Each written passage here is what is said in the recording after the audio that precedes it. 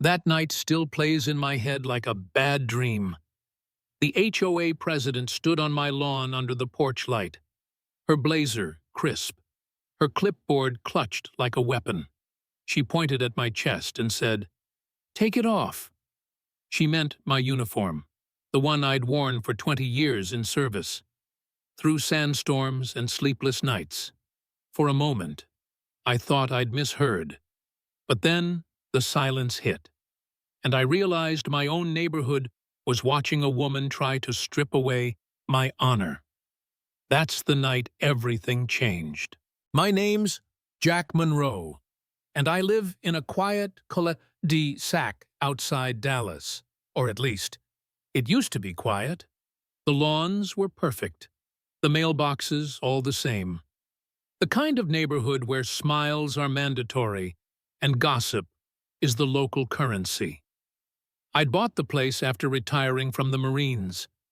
I wanted peace, nothing more complicated than mowing the grass, grilling steaks, and watching the sun set. But what I didn't know back then is that peace and a homeowners association don't mix. The HOA here runs like a miniature dictatorship, and the woman behind it, Linda Carter, thinks she's the president of her own country. The first time I crossed her path, it was over a trash can. I left mine out 2 hours past pickup. The next day, I got a $200 fine. Then it was the mailbox paint. Then the length of my grass. Every tiny thing was a violation.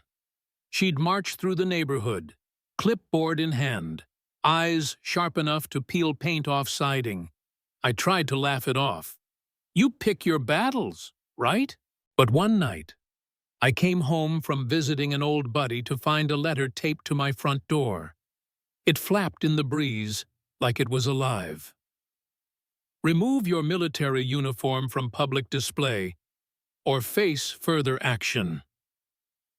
I read it twice. I wasn't displaying anything. I just kept it on a stand in the window of my front room.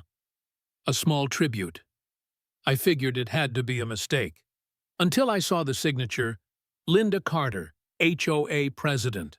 The next morning, she was waiting for me at the end of my driveway. Same smug look, same stiff smile. "Jack," she said, "we've talked about this, that uniform intimidates people. This is a family neighborhood." I laughed, that bitter kind of laugh that burns coming out. "Ma'am, that uniform is the reason families like this get to sleep safely at night." Her lips tightened. "You're in violation. If you refuse to comply, there will be fines and possibly legal action." Neighbors peeked through curtains. I could feel the weight of every pair of eyes. My blood boiled, but I kept my cool. "Do what you gotta do," I said, and walked back up my drive. The letters started piling up. $200, $500, $1,000. They made me sound like a criminal in my own home. But I'd faced worse. I'd stared down men with guns, not pens. Still, there was something cruel about it, the slow grind, the way she used paper and signatures to humiliate. One night I sat on my porch in full uniform, just watching the streetlights flicker across the road. I didn't care anymore. Let her send another fine. But I wasn't alone in that silence. My phone buzzed, a message from Mason, an old brother, in arms.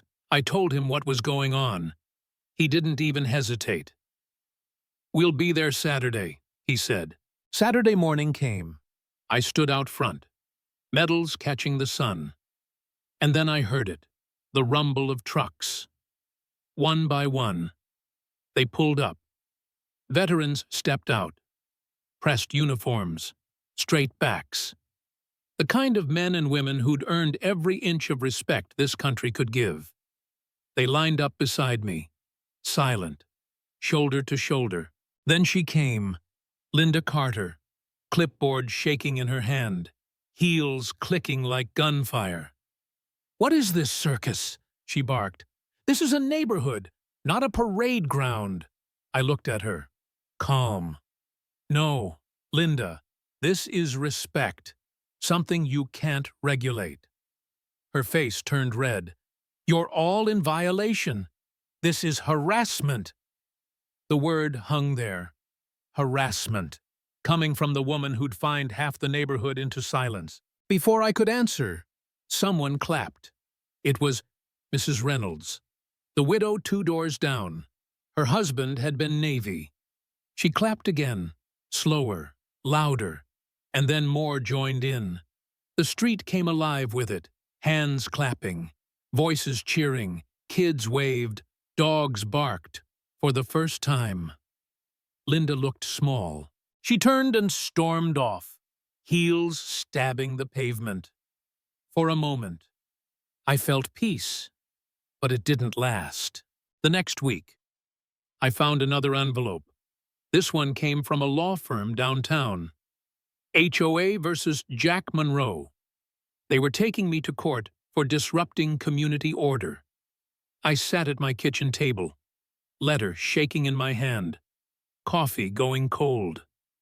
For the first time, I felt something I hadn't felt since combat, that creeping dread of being targeted, surrounded, outnumbered. I won't lie. Part of me wanted to quit. I stared at my uniform hanging by the door and thought, maybe she's right. Maybe I'm just causing trouble. I hated that thought, but it lingered, like poison. Then I heard a knock. It was Mason, and behind him, 3 more of my brothers. You're not going alone, he said. We've seen this kind of fight before. At the courthouse, I walked in wearing my uniform. Not because I had to, because I chose to. The room was packed. Neighbors filled the benches. The judge listened as Linda's lawyer droned about rules and decorum. But then the evidence started rolling in. Photos, letters, videos of her screaming at residents, pounding on doors. The judge's expression shifted from bored to furious. When he finally spoke, his voice cut through the room. This is harassment, he said. The HOA will cease all action immediately and return all fines. Linda's jaw dropped. I swear.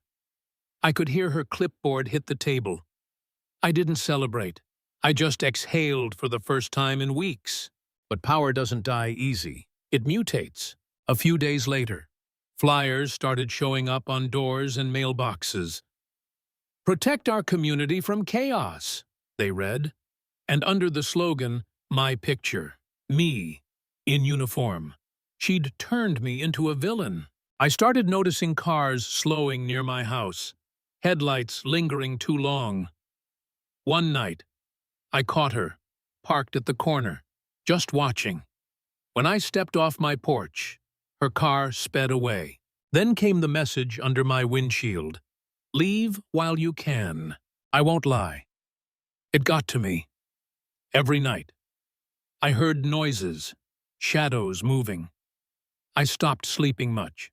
I started wondering if this fight would ever end, or if I'd just traded one war for another. But fear wasn't new to me, and I knew what to do with it.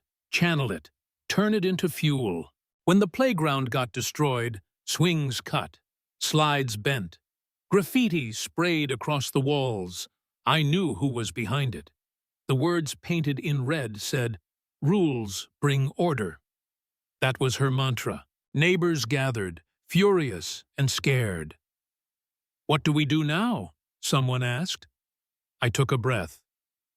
We rebuild, I said. And we do it together. The next day, the whole cul-de-sac came out. Hammers, paint, laughter. For the first time, people weren't hiding behind their blinds. They were fighting back in the simplest, most powerful way, by standing together. That night, when the last nail went in, I saw her again, standing under a streetlight, thin, pale, eyes hollow. She looked like a ghost clutching her clipboard. You think you've won? she hissed. No, I said quietly. We all did. She glared, her voice shaking. This place will fall apart without me. You'll beg for my rules. I stepped closer, steady. Without you, we finally have peace. For a moment, I thought she might cry, but she turned, walked into the shadows, and vanished. After that, things changed. The HOA reformed under new leadership. Real neighbors, decent people, took over. The stupid fines disappeared. The lawns still looked good, but they weren't prisons anymore. Kids played in the street again. Music floated from porches. Life crept back in. But every now and then, I'd find a trace, a flyer half torn, a car idling too long, a feeling that eyes were still watching from behind closed curtains. Maybe it was her. Maybe it was just the echo of power refusing to die. One evening, I found an envelope on my porch. No name, no return address. Inside, one sentence written in red ink. Did you really think it was over? My hands tightened around it. I looked down the street, empty, calm, golden in the evening sun. I didn't tell anyone. I just sat on my porch with a cup of coffee and watched the light fade. I'd learned something about people like her. They don't vanish. They linger in shadows, feeding on control. But I'd also learned something about us. We'd stopped being scared. Now, when I sit out there in the evenings, I still wear my uniform jacket, not out of defiance, out of remembrance. A reminder of what respect really means. It's not earned through fear or fines. It's earned by standing your ground, even when the world tells you to kneel. Sometimes, I hear laughter from the park we rebuilt, the same park she tried to destroy, and I smile. Because that's the sound of freedom, the kind no HOA rulebook can ever silence. Maybe Linda Carter's still out there somewhere, plotting, waiting, clutching that same old clipboard. Maybe she'll try again. But if she does, she won't face just me. She'll face a neighborhood that finally knows what it means to stand up. And that's enough for me. Lesson learned. No rulebook, no clipboard, no self-made tyrant can take away the dignity you've earned. And that's what HOA drama unfolded is all about.